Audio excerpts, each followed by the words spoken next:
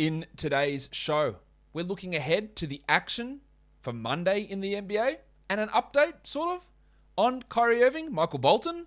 Thanks, Josh. It's Michael Bolton here, and it's time for another episode of the Locked On Fantasy Basketball Podcast. Let's get to it. Let's get to it, indeed.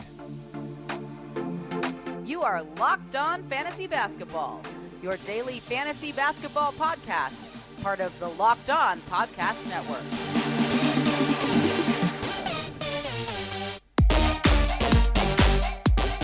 Hello and welcome to the Locked On Fantasy Basketball Podcast, brought to you by Basketball Monster. My name is Josh Lloyd and I am the lead fantasy analyst at basketballmonster.com and at Yahoo Sports Australia. And you can find me on Twitter, as always, at redrock_bball and on Instagram at Locked On Fantasy Basketball. Today's episode is brought to you by BetOnline. BetOnline has you covered this season with more props, odds, and lines than ever before. BetOnline is where the game starts. Thank you for making Locked On Fantasy Basketball your first listen every day. We are free and we are available on all platforms. So here we are, looking ahead to Monday. We're going to do streaming stuff. We're going to do game previews. Before we get into that, though, some news on Kyrie Irving. And I don't really know what to make of it, to be honest, because Woj tweeted that Eric Adams is removing the vaccine passport and, assuming that everything goes well, up until March 7th, which is, a week away. And then Woj said that will allow Kyrie to play in home games. And then Shams comes in off the top rope and is like, yes, they are removing the vaccine mandate, but he is told, it's a verbatim, but I'm told the private sector mandate still restricts Kyrie Irving from playing in home games, although he could enter Barclays Center as a spectator. So, I have no idea. I don't know whether Kyrie is going to be able to play. And if this is true, that the private sector thing will remain, it's pretty ludicrous that we're going to have rules changing for some and not for others in certain situations. That doesn't make any sense to me. But it would mean to me that if they're making this change for public and vaccine passports and not for private, that it's probably not going to happen for Kyrie in the regular season, would be my guess. I wouldn't think they'd do, okay, well, March 7th, you can come in as a spectator. Then March 20th, you can come in as a player. I would highly doubt that they would do it that close together. Otherwise, they would just do it all at once. Maybe that means in another month the private sector rules change, but I honestly don't know.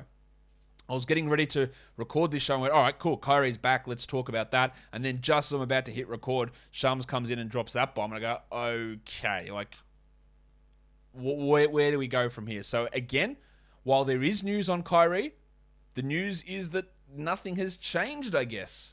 It's very weird stuff. I think we'll get some clarification, and I'll update this when we look at the when we do the recap show later tonight, if more stuff has come out in the next 3 or 4 hours. But at the current time, at the moment, Kyrie Irving is still not allowed to play in home games. And the other thing is, he's got a game in Toronto this week, and someone mentioned in the comments of the YouTube video saying, hey, Scotiabank Arena has lifted their vaccine mandate, so he's able to come and play there. And while that's true, there is no vaccine mandate at Scotiabank Arena. From everything that I could see, the Canadian government is still not allowing unvaccinated non-Canadians to enter the country. So while Kyrie, if he was in Canada, would be able to play, he can't actually enter Canada. So I still don't expect him to play in that game in Toronto. I couldn't find any the last update I found on that was like the 23rd of February, I think, saying that no vaccinated people still couldn't enter. I actually tried to get into Canada myself fakely by using their am I eligible to arrive, and I used Kyrie's status as unvaccinated, and they said no, I wasn't able to enter, and they removed any exemption for professional athletes, so I don't think he's going to be able to play in that game. So we've got updates on Kyrie, but in the end, I don't think anything's changed. We'll see what happens. We'll update it as more stuff comes to hand. Let's I know Warnie's been sitting here waiting in the wings because he wants to talk about the games. Let's get it on, Gilly. First game on Monday. Timberwolves, Cavaliers. What are we watching for? Well, Jared Vanderbilt is going to be one of the guys we're watching for because he has been obviously struggling. He's still starting. The minutes are going to be up and down. I want to see... Look, he played 17 minutes last game. He played 18 2 games ago before the break there was. And he played 28 the first game out of the break. So which one is it? It's not like Jaden McDaniels took his minutes. He's playing 16 and 23 the last two. It's guys like Prince and then guys like Reed and then Noel was back in the mix. So it's hard to get a full read on where Vanderbilt sits. I'd like to hold in 12-team category leagues, as I said in the waiver wire show, but I'm not convinced. And then I also want to watch Patrick Beverley. Remember, he played 19 minutes last game because he had foul trouble. I think he had 5 fouls there. So don't overly panic about that. He'll be fine, and he is a must-roster player. For the Cavs, I don't think Kevin Love is. Things are trending down really, really quickly. With Markkanen back, Love's minutes have dropped. 17 and 14 minutes the 2 games post-break. So I wouldn't be rushing. Like, I wouldn't look at Kevin Love and go, I must hold on to him. Let's see if he can turn that around, but it's not looking great. Rondo's out. LeVert is out. We don't know about Darius Garland. He's questionable. If Garland is out, Brandon Goodwin becomes the player to watch because he'll play big minutes. He played 38 of them last time. Didn't play particularly well, but got assists. Can get steals. Can score a little bit at times. He will have stream value if Garland is out. But of course, we don't know whether Garland is out at this point. But what I do know is that Built Bar is the best tasting protein bar ever. It's not just the protein bars. There's so many other products got there. But have you tried the new one? The Puffs? The marshmallowy goodness? It's protein-infused marshmallow. Great taste. Great way to get that protein into you. Why would you reach for a candy bar? Me? Fat prick over here? Like, I want something to eat. Like, this tastes bloody good. So do I reach for the candy bar that's high in calories and high in fat? No. Okay, let's do something about what we're looking like here. Let's grab the protein bar, which is low in calories, low in carbs, low in fat, low in sugar, but it's high in protein. 17 grams of protein in these Built bars and just 130 calories. So go to Built.com, use the promo code LOCKED15 and save yourself 15% off your order of Built Bars. Built Bar is built different. The Pacers and the Magic. It's a back-to-back for Indiana, so we'll get more data points from Sunday. But we want to watch Oshae Brissett, who's playing, Oshae Brissett, who has been playing a lot of minutes. A lot of minutes. Does he continue to do that? His last 5 games, Brissett, 38, 37, 27, 29, 34. Probably in that 30 to 32 minute mark you would expect the rest of the season. He can be iffy with his shooting, but there's enough value there for him to be a 12-team league guy at this point. I also want to watch Chris Duarte. He came off the bench for Sunday's game, and that's not a surprise. Brogdon, Halliburton, Hill are all better than him. And I know a lot of people love him because he's a rookie. I just don't see the high upside in Duarte. So let's see what he does on Sunday. Let's see how he backs it up on Monday. But I'm not feeling particularly confident with Duarte rest of season unless Brogdon is hurt again, which probably happens. For the Magic, one of the things we want to watch for, of course, is Markelle Fultz. It's his first game back. How much does he play? How does he look? What does it mean for Suggs and Cole Anthony? There's your big questions. It's Markelle Fultz. The other thing we want to watch is Mo Bamba. 1, 2, 3, 4, 5. Who's been playing poorly of late. What does his minutes look like? Is he actually a 12-team hold? Because at the moment, it doesn't feel like it. And Akiki's been clearly outperforming him, as has Wendell Carter. If Bamba played 28 minutes, he could easily have 12 and 10 with 3 blocks, and that's great, with 2 threes. So that's possible. But it's just not happening for him at the moment. So it's hard to look at him as, at this point, a must-roster player, unfortunately for Mo. The Bulls, the Heat. Kobe White's minutes have been all over the place, the last 2. He played, what did he do? Where are we? 20 and then 35. So that is a big, big discrepancy in playing time. He probably sits mid-20s. He's fine if you want points and threes as a streamer, but he's very much not a must-roster and he's eminently droppable. But Javonte Green's also interesting. 29, 28, 29 the last 3 games. Nice defensive numbers, rebounds and steals. I don't think he's going to last as a value player the rest of the season, but for now he is. Remember last game, though, White played 35 and Dosunmu played 22. I don't think that's going to be the permanent minute split, but it's absolutely something that we want to watch. For the Miami Heat, Tyler Hero has come out after the All-Star break shooting at a really high level, scoring really well. The usage is fine for him. Will that shooting level maintain? I don't know, but one thing we do know is that Kyle Lowry is out, so that is going to boost Hero quite a bit. It's also going to boost Gabe Vincent. One thing, personal reasons for Lowry again, so again, we hope this isn't a long-term thing. Like last time, we hope he's okay. Jimmy Butler sat out the 4th quarter of their game against the Spurs with general soreness. The general is back. General soreness returns. Should we be worried? A little bit. Anytime Jimmy Butler is injured, I'm worried. Let's see if he's able to play a full load here in this game. Raptors Nets. The start of a 5-game week for Toronto. They will not have OG Anunoby, and Fred VanVleet, again, is on the injury report as questionable. So what do they do at center? I would expect that Precious Achiuwa, steps up and starts over Kem Birch. That was what Nick Nurse sort of hinted at post-game. Achua outplayed him. I would not add Precious Achua. He played really well last game. I think he's like the 250th ranked player this season. Like, he's not very good. So he was good. In a points league, you could stream him, sure. I could see that, but I would not be getting super excited. I am interested in what Thad Young can do. I wouldn't be shocked, by the way, if Birch is just out of the rotation entirely. And that boosts Thad Young a lot. So let's watch what Young and Achua can do. It's interesting. You can stream them this week. Achua especially. If with 5 games, you can stream him. But let's just watch how it goes. And for the Nets, well, there is no Kyrie for this game. We know that one. But Andre Drummond, the big avocado, played 29 minutes last game. That's after playing 39 in the 2 previous combined. The Nets center minutes, his numbers, 24, 23, 19, 20, and then 29. It's like, 29, holy shit. What does that mean? Well, then you contrast it to Marcus Aldridge, who went 19, 22, 28, then 17 and 19. Claxton's in and out of the rotation. Griffin's in and out of the rotation. I have no confidence in Steve Nash's ability to stick to one thing. But Drummond should be on a roster. And then the Shark, Bruce Brown. Baby shark, do-do-do-do-do. He's playing really well. He's shooting the lights out. He's a bit of a sell high. I don't think he's going to remain 12-team, but the Kyrie situation helps him. His absence. Durant's out again. Simmons is out again.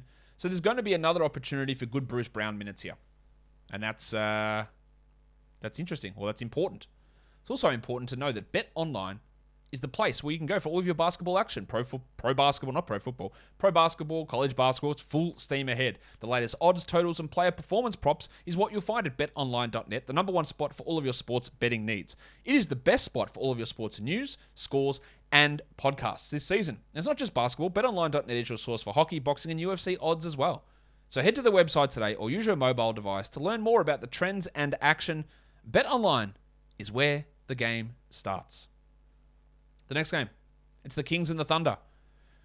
There's a lot of mess at the shooting guard position. Davion Mitchell, Dante DiVincenzo, Jeremy Lamb, Justin Holiday.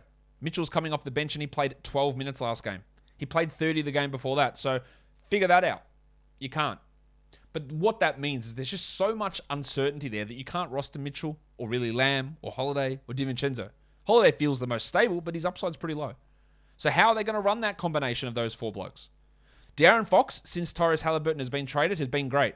Since Tyrese Halliburton has been traded and his ankle miraculously healed. Wow, amazing. Wow, you're playing well and your ankle's healed after the other guy's gone. Just the coincidence. You couldn't script this, could you? You couldn't script it. Or maybe you could. Fox has been great. No question about that. They've also lost 5 straight. And he's been... I would consider him a bit of a sell high because his shooting numbers are way up. And we know he's not a great shooter. But it's also... These are the numbers that we sort of hoped that De'Aaron Fox would do. When I said, look, hey, he's probably a 3rd-round guy. Early 2nd in points leagues. And he shit the bed all season. Because I looked at what he did end of last season. I looked at how they were using him. And I thought, all right, let's see it continue. And then he just completely shrunk. Was it all up here? Was he just like, I hate the fact that they've got Halliburton here and he's taking away my shine? Maybe. And now he's just rolling? You can't discount that. And let's see if it continues. For the Thunder, Josh Giddey is out, which is not great. And maybe he misses a little bit more time moving forward. Lou Dort, we don't expect him to play. Or Williams or Jerome or Muscala. So there's going to be another big opportunity for Tre Mann, who is playing really well, shooting well, scoring well, good minutes. Very, very solid 12-team league guy for now. I don't think it lasts long term, but for now, yes. Some good value there coming for Tre Mann, which he's been impressive, I think. Would be the fair way to phrase that. I also want to watch Isaiah Roby, who's got 29, 25, and 25 minutes in his last 3 games. Muscala's probably going to be out. Robinson Earl is definitely going to be out. I don't know if they play favors at all. Roby's got some interesting value for a 4-game week coming up here. Hornets and Bucks. Just want to watch that whole front court for Charlotte. JT Thor, the god of hammers. We know each other. He's a friend from work. He's playing some pretty good minutes, Thor is.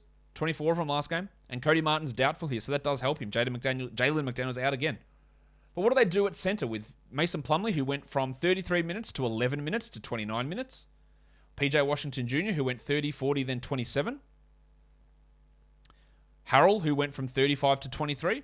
It's all a big, kids, I'm sorry, it's all a big fuck up. It's just all over the place. And it's really hard to keep a handle on that. I would have PJ over Mason, in 12-team leagues, but it's inconsistent. And then for the Bucks, I thought there was a real chance for Grayson Allen to play 30 minutes a night. It didn't happen. He played 22. And we had Wes Matthews play 28 and Bembry play 11 and Javon Carter play 9.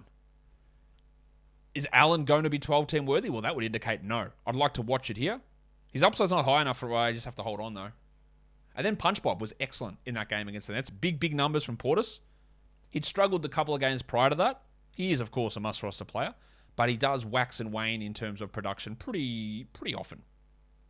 Let's look at the Spurs and the Memphis Grizzlies for the last game of the day before we get into streamers. I expect that Murray, Johnson, and Pirtle all return. They all sat out the back-to-back. I think they'll be back. And Devin Vassell was great in that game. And I expect him to continue to start and play pretty solid numbers, or put up pretty solid numbers in good minutes. So let's watch him do that with other guys around. Then, of course, there's Lonnie Walker. Hello. Who's been getting more minutes, who's been scoring well. He doesn't do anything else, and that can be efficient. But if you're in a points league or if you're looking to help your points category, Walker is going to get an opportunity. Now, whether he plays over Richardson or over Langford, or how many minutes he gets, I don't know about that, but he is playing at a better level than he has really at most points in the season. For Memphis, Steve Adams is putting up some really good numbers. Shout out for Steve Adams for calling out the host of the Locked On Grizzlies podcast, Sean Coleman, and saying how much he loved his accent, which was pretty funny stuff in that post-game interview.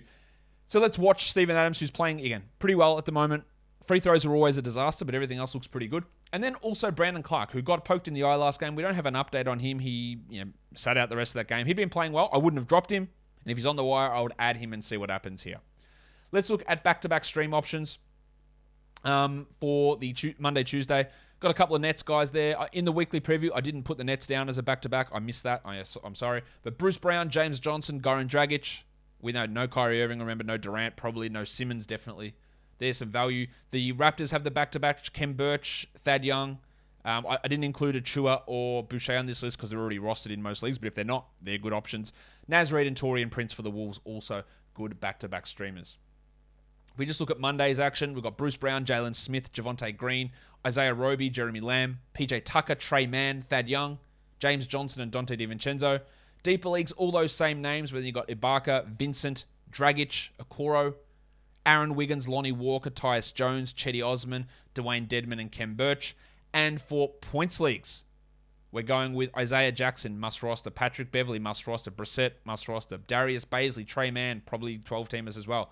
Then Bruce Brown, Jalen Smith, James Johnson, DeAnthony Melton, and Truma Akiki, who is must roster. Guys, that'll do it for me today. Don't forget to follow this podcast on Apple Podcasts, Google Podcasts, Stitcher, Spotify, and on the Odyssey app. If you're on YouTube, thumb it up and leave your comments down below, guys. We are done here.